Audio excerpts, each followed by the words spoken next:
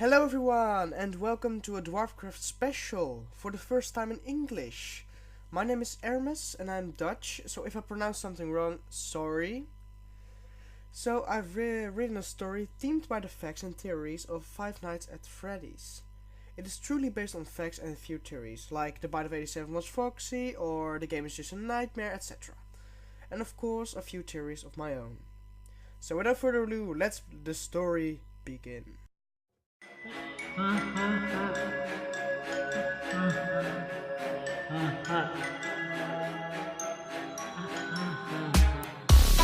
Once upon a time there was a little boy whose parents were very strict to him. They loved him, but they never mentioned it.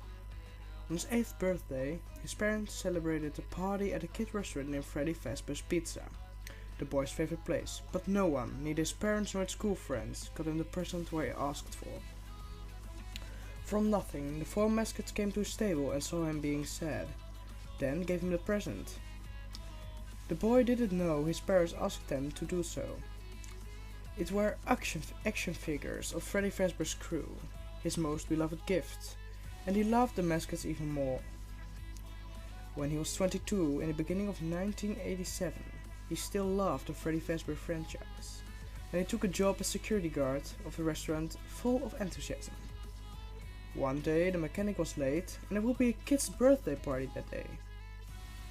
He remembered how he loved it year after year and he wouldn't deny the child her special day. So he began to repair the Foxy animatronic on his own. He tested once and he tested twice. There appeared to be nothing wrong. The voice was okay, the bolts were tightened and the costume of Foxy was still quiet. So the show went on. The child all loved the animatronics, everything went right. Then Foxy came on stage as he was called by Freddy, Bunny and Chica, and the cheering child. But then Foxy got stuck in the middle of his sentence. After minutes of noisy voices, a little girl went on the stage. It has a hook for him. Look at the hook, Mom. Said the little girl. The boy said to the girl, "Little girl, sweetie, you can't get that close to Foxy. It's not, you really shouldn't be up there." Then the girl shouted, "You're not my mom. You can't tell me what to do." The boy panicked. Ma'am, please ask your daughter to get off the stage." The mother looked up from her phone and said, "She's not hurting anyone.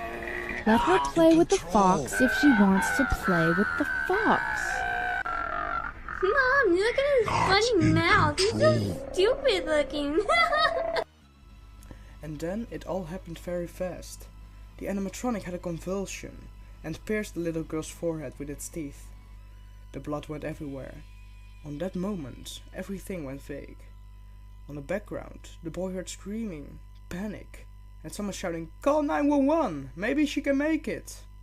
And then, the boy passed out.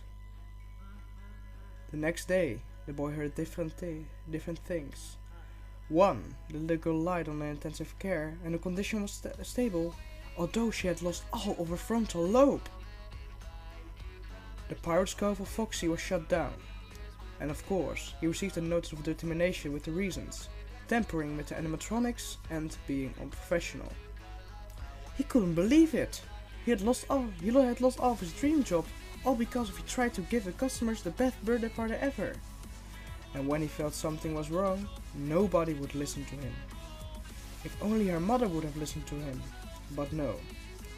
He took the determination notice and the paycheck and left. But it kept gnawing at him. It was all the fault of the company, because they should have been watching the security footage and warned the girl too. It wasn't his responsibility. If he couldn't keep his job at Freddy's, no one could. After a few months, he went back to the establishment where at that moment there was a big birthday party. He sneaked behind, stole Freddy's costume and hid inside the restrooms. When it was almost closing time, he moved out of the restrooms and saw 5 little children without their parents. 2 boys and 3 girls. Then, everything went red before his very eyes. When the mist cleared up, he saw himself in a costume on a tomato sauce. But then he realized something. It wasn't tomato sauce. It was the blood of the 5 children that he must have lured behind the back of the restaurant. Their 5 lifeless bodies just lay there, all with multiple stab wounds. Wait, 5? One little boy was still moving! And he must have seen everything, because the boy saw pure fear inside the little boy's eyes. Then the boy realized that he would be in serious problems if they would catch him. So, he stuffed the little bodies one by one into the various suits of the endoskeletons of the new bought animatronics. And at last the little boy, who did pretend he was dead while he was still alive. He cleaned the red stains with bleach and then left. In his apartment, he just sat there on the couch, staring in front of the mirror and thinking about the monster he was. Then someone knocked the door. "Police, open up!" the officer said. No response. "For the last time, police, open up!" he said. For the second time, nothing. Then the door opened forcefully, and the boy was arrested under the phrase, "You are arrested for kidnapping of 5 children, as proved by the security footage. What you say can and will be held against you." He looked at the officer, and the officer saw empty eyes, the eyes of a dead man. For the 3rd time, he remained silent. Another month later, the boy was convicted for murder and was sent to death. But he never said where he had hidden the bodies. One woman at Freddy's claimed to saw blood and mucus come from the eyes of the mascot, with the smell of reanimated corpses. The restaurant was then closed at year's end of 1987, because of sanitation complaints and all the other rumors of the so-called bite of '87.